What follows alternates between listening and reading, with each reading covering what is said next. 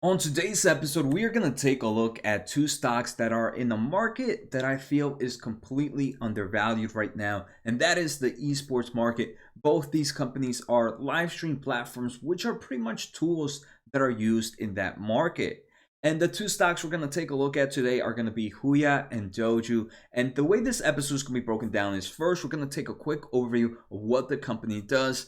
Then we're going to take a look at their recent earnings. We're going to also look at financial numbers and end with my thoughts. Like always, my name's Jose Najarro. By day, I'm a senior electrical engineer. By night, I'm a self-taught investor. And make sure to check out that merch. I am always looking for places to put money for long-term investments. If you are new to the channel, make sure to hit the subscribe button and don't forget to hit the thumbs up. It helps the channel out so much and I truly appreciate it. Remember, none of this should be taken as advice as I am not a professional. And before we go any further, go to the comments below and let me know, are you bullish in the esports market right now? And if so, what are some of your favorite stocks right now? While you're down there, you should also see a link to my Discord channel. It's free to anybody that wants to join. And you should also see a link to Webull. If you sign up and follow that link, we both could get a free stock. And sometimes they even do a specials where we might get more than one free stock. All right, so the first stock we're going to take a look at is HUYA. This is ticker HUYA. Right now it's sitting at $20.60,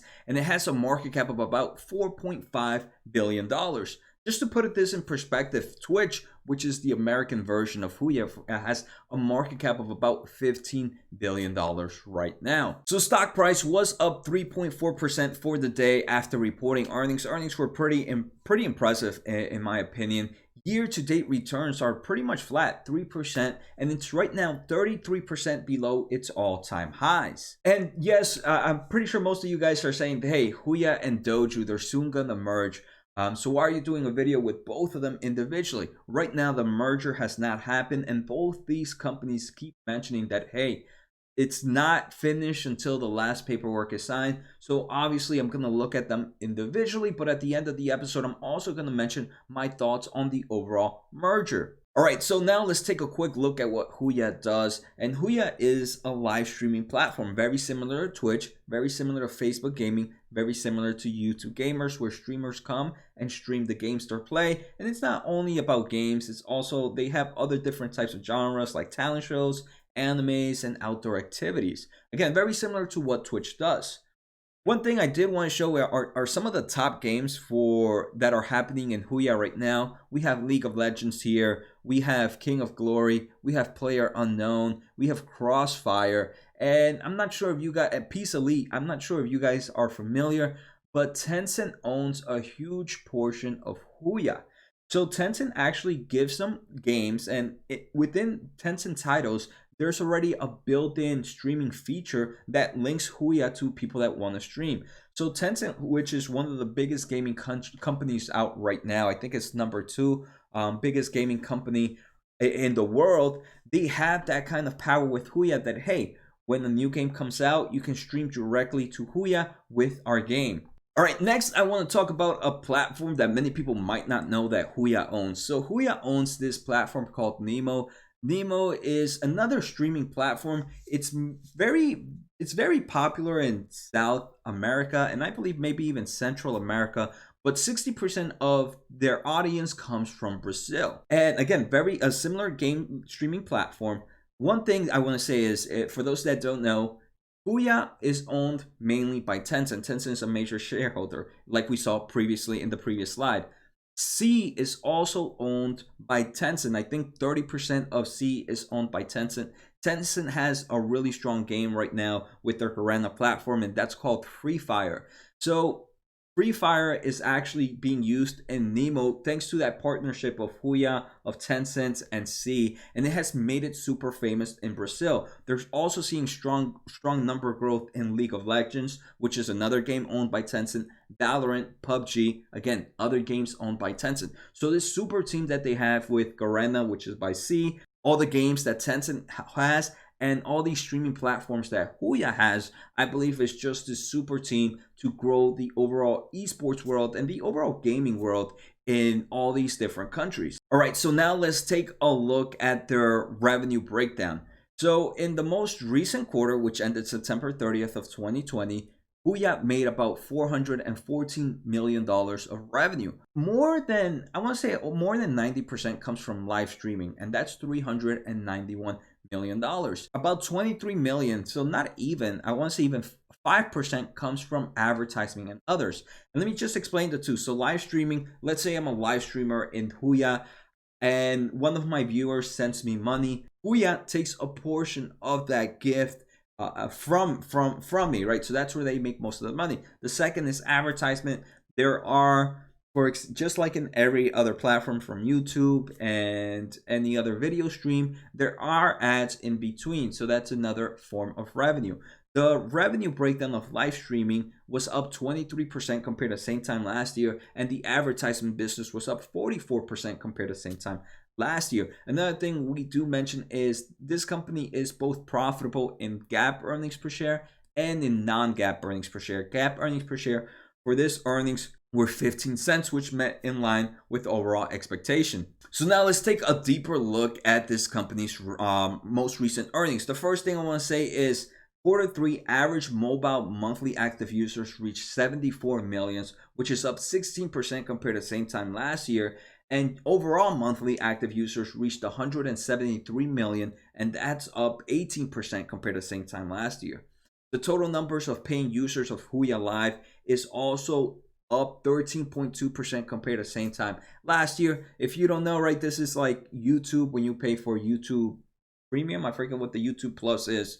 Or you can just be a free member and get all those ads. Other things we saw this recent quarter is gross margins increased to 22%. GAAP operating margins rose to 7.9%. They have strong cash, and we're going to take a quick look at their balance sheet later on. One thing they do mention is right now, due to COVID-19 and pretty much the shutdown that happened earlier throughout the year, the summer vacation was actually shorter in China. And for that reason, they did not see the type of growth that they expected to see, but they still saw a huge number of growth, right? We saw monthly active users increase 18.3%. And total revenue, like I mentioned, was up 30. I don't think I mentioned it. Revenue was up 30.8% compared to the same time last year. So that's a huge revenue growth. Now I want to take a quick look at some technicals. And right now, I'm just looking to see two things. One, is it overextended? And two, are we in, where can I see some form of support levels? The first thing is no, HUYA is not overextended right now. We can see it was for some time, but it did pull back. All right, so next I want to take a look at where I see high volume. And I see a lot of volume between $19 and $23. So I do believe this portion will be a strong support and resistance for HUYA. Right now, we're sitting, like I mentioned, about $20.60. So we haven't gone below that $19 where I'm seeing all this huge volume. Next, I want to take a look at future growth. So HUYA is expected to grow 17.8% on average annually for the next 3 years. So this is one that I consider a super growth stock. We saw this quarter being 30%. And now let's take a look at historically. In 2019, it grew its revenue 77%. In 2018, it grew over 100%. In 2017, it almost grew by 200%. So historically, this has been a super growth stock. Right now, at the present, it's still growing at high double digits, and it's expected to continue its growth in the upcoming years. Another thing we can see is profit margins. This company just hit profitable in 2019. This year of 2020, we are seeing another trend of it continuing to be profitable. And one thing I'm also seeing is you can see this gross margins improving as the years progress, and that's something you want to see. Next, I want to take a look at their balance sheet. Right now, if we take a look at quick cash compared to the beginning of their fiscal year, which was December 31st, quick cash, their cash and cash equivalents increased by about $2 billion. So their total assets is, they have plenty of cash. They have about 3.2 billion, and this is in Chinese yuans, I believe. This is not American currency. But again, we're just looking more for ratios and how much it has increased. So if we take a look at their total liabilities, they actually have enough cash to pretty much pay off their total liabilities. HUYA doesn't even have long-term debt. So this is a very strong balance sheet, especially since they are profitable already. Next, I want to take a look at their cash flow statement. We're seeing cash flow from operations being in an uptrend. It's been positive since 2017. So this company makes money from its everyday business. Its operating cash flow margins are about 20%. Free cash flow margins is also at the same level. Again, right, this is very important, especially if the company was not making money. But we know, right, we have a positive cash flow from its everyday activities. We also have positive earnings, and we have strong growth. Next, I want to give my overall thoughts on the business. First, let's just take a quick look at their valuation. Forward price to sales ratio for HUYA at the end of 2021 is 2.14. On average, that is actually pretty cheap, right? I'm looking here at HUYA's price to sales ratio in the past from year to date, and I don't see it being around below 2 at any times. Maybe here might be like 2.5. So I do think valuation is not looking that bad. Even at forward PE ratio, HUYA has a forward PE ratio of 18.05 with non-GAAP earnings. So I do think valuation is pretty great. But at the same time, remember, this is an international company, is in China. So investors are sometimes are not willing to risk that, and you usually see that with valuation. So now let me talk about what I like about HUYA. First, strong revenue growth in historical growth, present growth, and future growth. We're also seeing growth in users in both mobile and non-mobile. Very strong balance sheet, no long-term debt, and plenty of cash to pretty much pay off its total liabilities. Strong merger news, right? They are going to merge with Doju. We're going to talk about that later on, but this is something I'm very bullish on. They are in a strong market. The overall streaming platform is one I believe is undervalued right now. It's going to continue to see strong growth. The charts, they show that they weren't overextended, and they are in these price levels that have seen a lot of volume. So it gives me some form of confidence that there is some form of support within there. Backing by Tencent, we saw that teamwork with Tencent and see and how this company, how that triple threat is just working in all different types of countries from Brazil to China. And the next thing is they have a strong cash flow from operations and free cash flow. They have positive margins and have had it for the past 2 to 3 years. There are a few things I don't like. The first thing is what pretty much I believe everybody is going to mention. It is an international company in China, right? With all the tensions happening, that can kind of leave a bad taste in investors' mouth. The second thing is they just hit profitability in 2019. Even though it seems like they will continue to hit profitability, it's still so recent to really have some form of trend there. If I have HUYA right now and I have a decent position, I believe it's probably my #1 position size. But if I didn't have HUYA in my portfolio, I wouldn't mind going in with a nice entry position, maybe even a full entry position of what I normally would go with. Right now, with my current position, I don't mind getting some more exposure to it. So I do believe this upcoming week, I might continue to add to it. But again, if you want to know when I buy or what I sell, check out my Discord channel. It's free for anybody that wants to join, and I post every time I buy and sell there. All right, so now the second company we're going to take a look at is Doju. But before we do that, make sure to check out the link below for 7 Investing, where every month they recommend 7 stocks for $17 a month. And if you use my promo code Jose, Jose, or my link, you get $10 off your first month. May I say, yes, this is an affiliate program, but I use their services and would recommend it to anyone. All right, so now let's take a look at Doju. So this is ticker DOYU. I'm pretty sure I'm pronouncing it wrong. Right now, stock price is $13.80. It's up $1.40 after reporting earnings, and after hours is up another 1.45%. Year-to-date returns have been 56%, a lot better than HUYA, what we saw, and it's right now 22% below its all-time highs. So very similar to HUYA, it is in the similar market, and that's why this merger is going to create just a super weapon for Tencent, in my opinion. I think the biggest winner from this merger is going to be Tencent, who will be able to use this platform to promote all their games and hit different markets. So we can see, right, their website actually looks very similar to HUYA's. I'm wondering if it's because the merger is happening and they're just trying to make things look together. But one thing I do see that's different are the type of games that they have. They have League of Legends, but a lot of Blizzard games and Activision games that HUYA did not have in their top categories. So I believe this is pretty cool. It's probably gonna if once they merge, we're gonna see a strong a strong strength in all different types of genres in games. Let's take a quick look at their revenue breakdown. Very similar to HUYA. Most of their revenue, it comes from live streaming services, and that's up 41% compared to same time last year. And their advertisement revenue is pretty much up only 1%. So they're seeing huge growth in live streaming revenues, but not that strong growth in advertisement revenues. And we can see year to year revenue growth has grown dramatically. Another thing we can see is Doju has just become profitable. Same time last year, they were not profitable. They were on a loss, but now this quarter and the quarter before, they ended up hitting profitability. So that's great news. Now, if we take a closer look at their earnings, total net revenue grew 37%. Gross profit margins increased by 16%. And now gross margins is sitting at about 14.5%. Like I mentioned, they had net income that was profitable compared to a loss last year.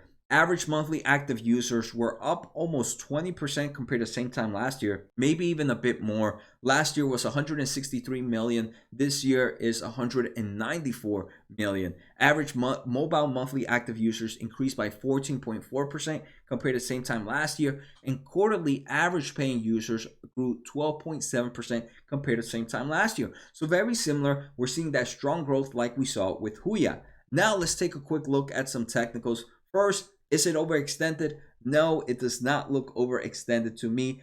Next, are we in levels where there's a lot of volume going on? I want to say yes. The major support I'm seeing here is somewhere within that $13.40, where it's kind of hit its bottom a few times. It hit there earlier today as well. Now let's take a quick look at technicals. So forecasted revenue growth is expected to be 17.9% on average for the next 2 to 5 years. So this is another strong growth company. But let's take a look, right? This most recent quarter was 37%. Revenue growth in 2019 was 96%. In 2018, it was like 88%. And in 2017, it was about 150%. So again, very similar to HUYA, we have strong revenue growth in the past, future, and present. Also, taking a look at profitability, this is going to be, they were a bit profitable in 2019. It was pretty much a break-even point, but here in 2020 we are seeing that these quarters are showing stronger profitability. Now we want to take a look at their balance sheet. Cash and cash equivalents right now are about 8 billion, and let's take a look at it compared to total liabilities. This is again way more quick cash than total liability, so this is a very strong balance sheet as well. They also have no debt at the moment. Now let's take a quick look at cash flow from operations. Net cash flow from operations just kind of hit positive in 2019, very similar to free cash flow. And this is different to HUYA, right? HUYA had profitable cash flow from operations for some time, and similar to free cash flow. I think it's had it since 2017, where for Doji, it was just now in 2019. Now let's take a look at my thoughts on Doju. First, let's start off with forward PE ratio. Forward PE ratio is very similar to HUYA, right in the low teens. Doji is a little bit more expensive, and forward price to sales ratio is as low as 237 for 2021. Again, looking at the forward price to sales ratio for the past year to date, it seems like those are reasonable levels. So I do believe it's very undervalued right now. So what do I like about Doji? First, strong revenue growth, both historically, future, and present. We're seeing strong growth in users, mobile and non-mobile. Very strong balance sheet. Again, very similar to HUYA, strong on that merger news. They're in a market that I believe will continue to grow. Valuations in stock price is not overextended, and the overall valuation is also not overextended as well. They are being backed by Tencent as well. They just signed a partnership with Tencent so Tencent is gonna give them some of the rights to their games. So again, that's pretty smart move on Tencent. I do believe Tencent is the one that's gonna win overall with this merger. What I don't like, international country, right? Obviously, limit your risk. I limit my risk when I'm buying in international companies, but that's still one thing I don't like. Second, it just kind of hit profitability this year. And third, it just recently hit positive cash flow in free cash flow and in cash flow from operations. So very similar to HUYA, the way I would play it is if I didn't have a position, I wouldn't mind entering Doji with a full entry position. But right now, with my overall exposure to the gaming market, especially in China, I don't mind just adding on a bit here and there, but I'm not going to go add a full position just because of my prior exposure. Before we end the episode, I do want to talk about the merger. So right now, the merger is expected to close on the first half of 2021, and this is going to be the merger of HUYA and Doji. And Doji will end up being absorbed by HUYA. So if you own shares of Doji, you will be given shares of HUYA. The actual, for every 1 share of Doji, you will get 0.73 shares of HUYA. Now, if we take a look at the price right now, HUYA has $20.60 and Doji is $13.08. Now, if we do that form of transaction divided by 0.73, it actually gives Doji a stock price of $18.09. So pretty much is saying, hey, if you can either pay for HUYA $20.60, or you can buy Doji, and at the end of the day, you're pretty much paying $18.09 for HUYA. But there's some recent news that I was just looking at is current HUYA owners are going to get $200 million paid in cash dividends.